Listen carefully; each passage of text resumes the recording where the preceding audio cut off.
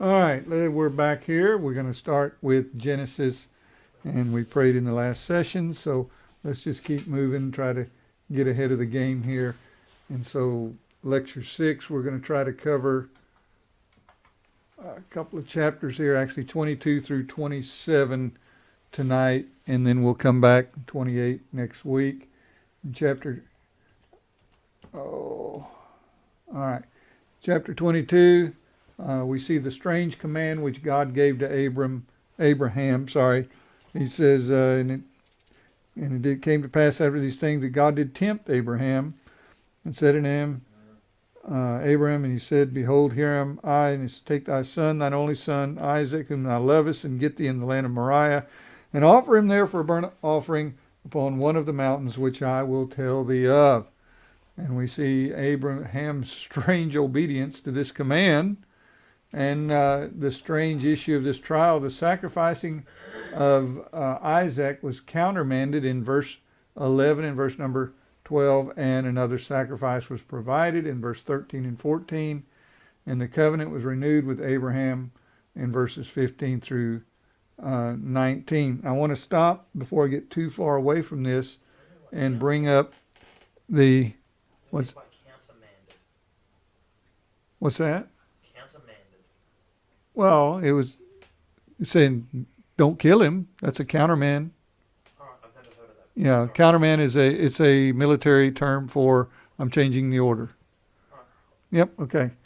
Yep. No worries. But we were talking about this the other day about how that Isaac would have been about probably a teenager. Well, he was old enough to carry the wood and help his daddy. Remember, because they left everybody and went on up, and you can read all about that. But I would think that Isaac knew what was going on, and he did. If he wasn't willing and obedient son to the nth degree, he would have got out of there. Put on your running shoes. Anyway, and then we see an account of Abram's relations in verse 20 through 24. And so that's chapter 22. Chapter 23, we see Abraham a mourner for the death of Sarah, verses 1 and 2. And Sarah was 107 and 20 years old, and these were the years of the life of Sarah. And Sarah died in Kijorbathra. I'm having trouble saying some big words these days. Kirjarth Arba. That's it, Kirjath Arba.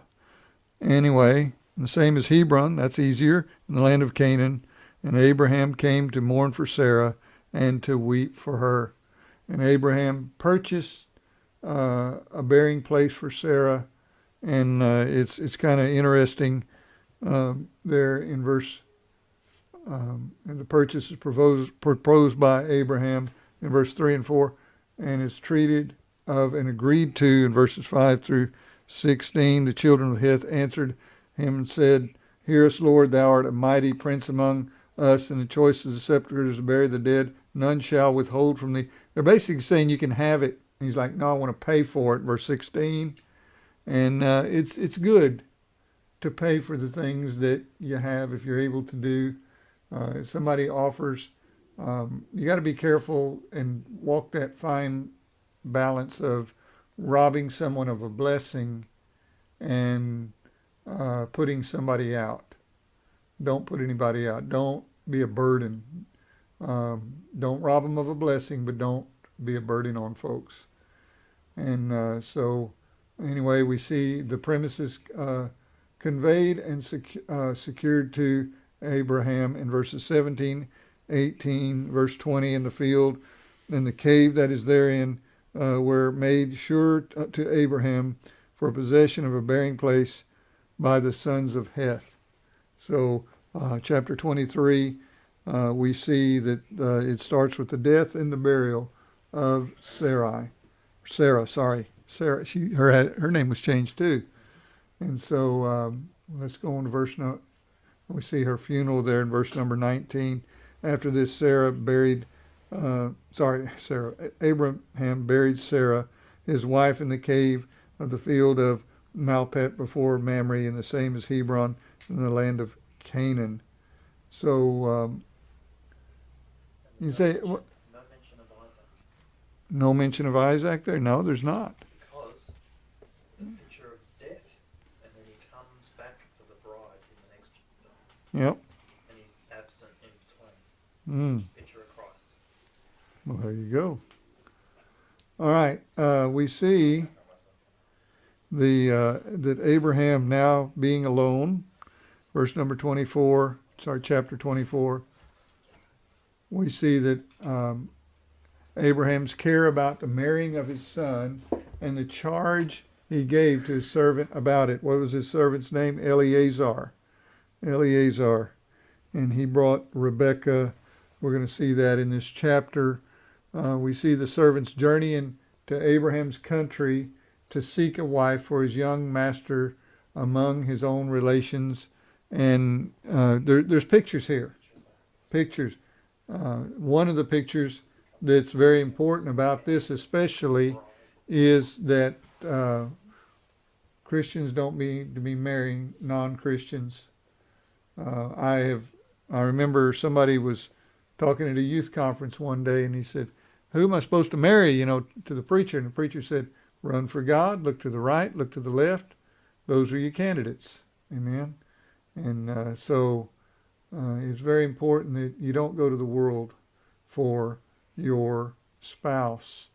It needs to be of your own family. And I don't mean your brothers and sisters. You know what I'm talking about. The family of God. Anyway, the kind providence which brought him and acquainted him with Rebekah, whose father was Isaac's cousin. And over this, you see Eleazar, when you read this, and I encourage you to read this week if you would, chapter number 24.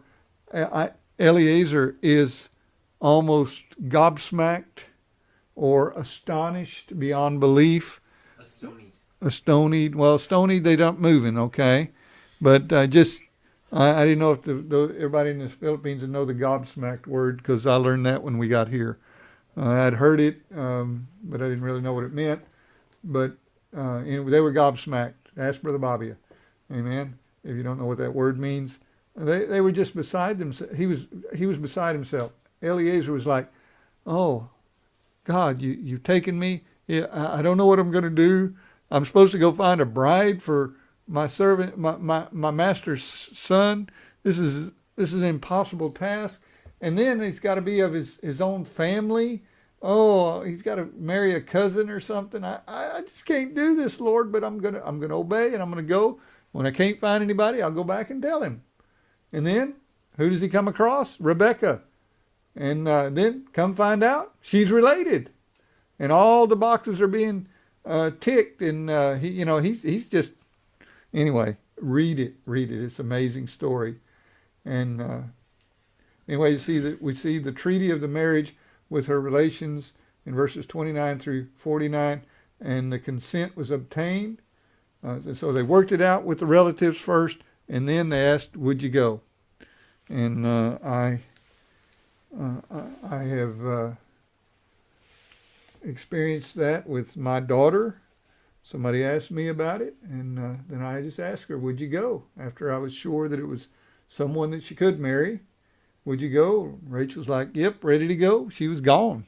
I mean, it was such short time there. And anyway, and that's why, again, it is kind of difficult for Christians sometimes to find Christians to marry, because the Christians that are even so-called Christians, they run around and they want to date like the world. They want to live like the world. They don't want to consent with mom and dad. And you say, "Well, I don't want my mom and dad involved in who I marry." Oh, wait a minute. If your mom and dad is involved and her mom and dad is involved, there's one thing that can never happen.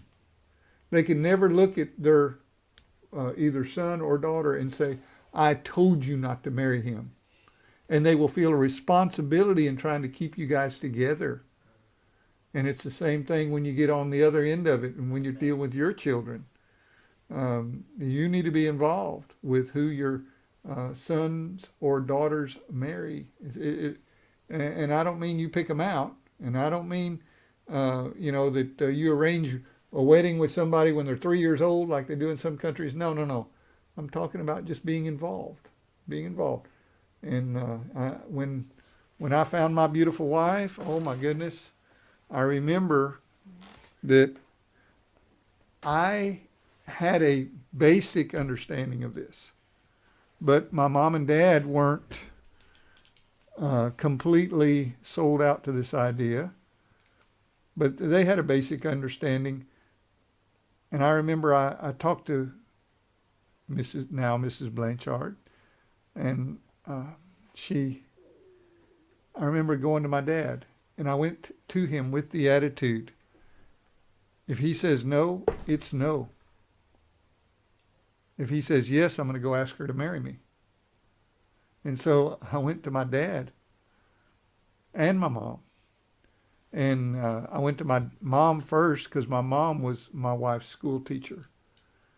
And so she knew my wife better than I did, at that stage. And I said, what do you think of Terry Bell? And my mom said something that was so profound. You could have took it either way. She said, she'll always be Terry Bell. Now, I didn't know if that was meant good or if that meant bad. I just said, thank you. And I shut up. I'm like, we're going to go move on to Dad because I want to marry this girl. I didn't want to dig into that at all. So I went to my dad and I said, Dad, what do you think of Terry Bell? And he said, she's a wonderful girl. I said, I'm going to ask her to marry me. He said, great. And that was it. That was it. So he had a responsibility in keeping us together. And my mom had a responsibility in keeping us together, even though she might have meant, she'll always be Terry Bell. She'll never be anything else. Or, she could have been complaining, but I don't know. I didn't take that. And you know what? My mama loves my wife. My daddy loves my wife. And there you go. All right. We see the happy meeting and marriage between Isaac and Rebekah, verse 61 through verse 67. And, here's a joke, okay? Who was the first cigarette smoker in the Bible? Well, it was Rebekah. Because in verse 64, it says, and Rebekah lifted up her eyes, and when she saw Isaac, she lit off a camel. No, not a camel cigarette. All right.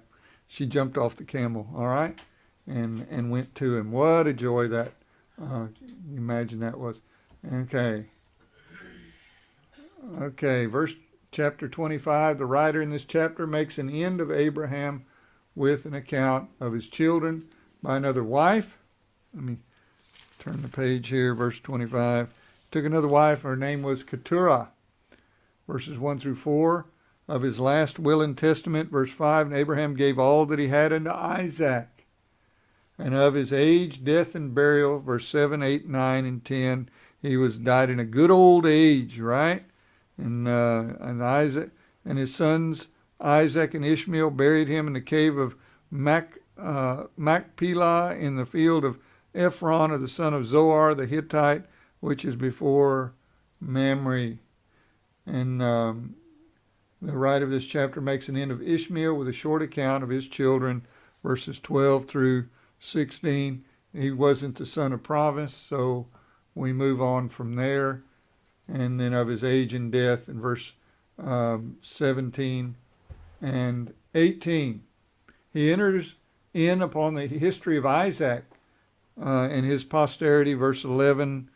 And then the conception and birth of his two sons, with the plans concerning of them in verses 19 through 26. Who was his two sons? Jacob and Esau, right? And then their different characteristics, their different characters. Esau, he was a mighty hunter, right? And Jacob was a mama's boy, planted. It's almost like Cain and Abel's, almost, except This one went the other way, right? And then Esau sold his birthright to Jacob, verse 29 through 34, and we're going to get to that here shortly about when Isaac dies, and it's just on the top of my head. I'll go ahead and say it. He had to trick him into giving his birthright, his blessing. He tricked him into getting his blessing too.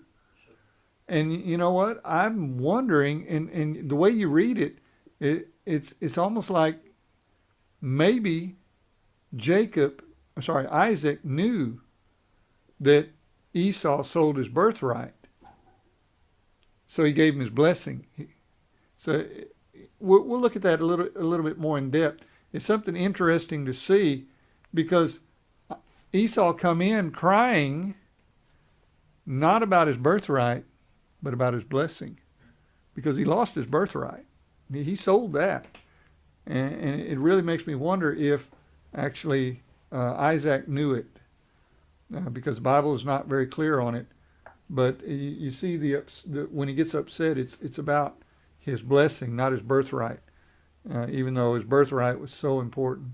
And again, there's that picture that I showed you before with the sons of Hagar through Ishmael, the sons of Isaac, and or sons of Jacob and Esau. Whoa, that went the wrong way.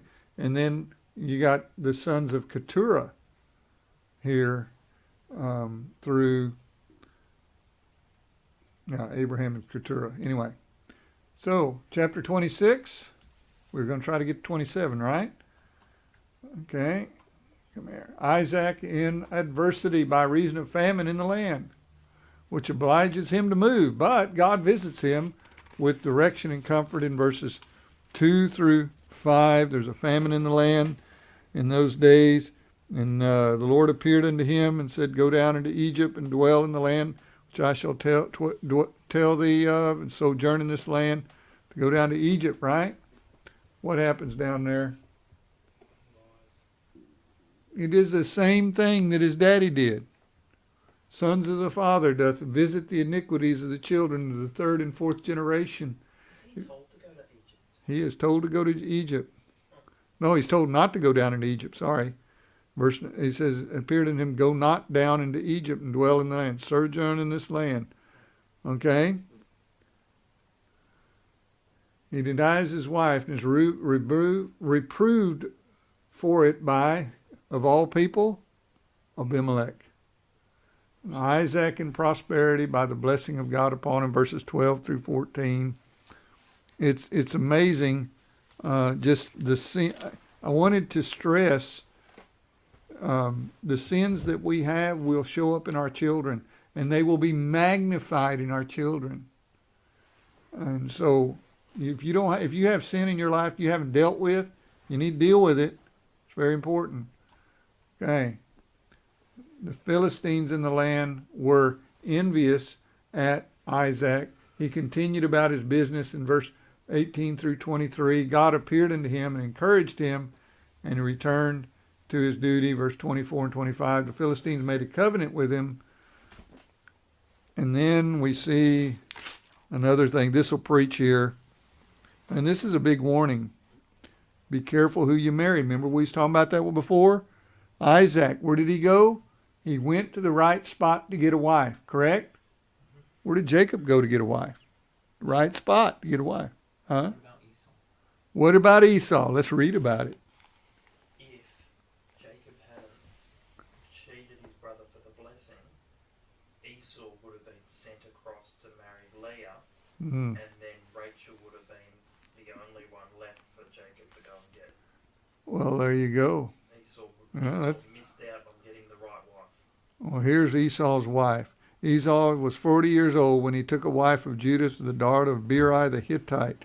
Was he supposed to marry the Hittites? Are you supposed to marry lost people? All right. And Bashemath, the daughter of Elon the Hittite, which were a grief and mine unto Isaac and Rebekah. She was the daughter-in-law from Hades. Amen. So there you go. It just wrecks a family when you marry the wrong person. Okay, chapter 27. This is where we're going to end. This is the last side, by the way. Let me get everything in there. Isaac's purpose to bestow the blessing upon Esau. Rebekah's plot to procure it for Jacob. You know the story there. If you don't know the story, read it. And there's a lot of trickery going on here. Jacob obtaining the blessing in verses 18 through 29. Esau's resentment of this, to which his begging his father to obtain a blessing in verse 30 through 40, and his enmity to his brother for defrauding him. He was defrauded. He was defrauded. And defrauding is the Bible teaches that we should not do that. And you say, well, why? God's merciful. That's why. That's why it worked out. And it's amazing when later on, when Jacob comes home, 21 years later, something like that.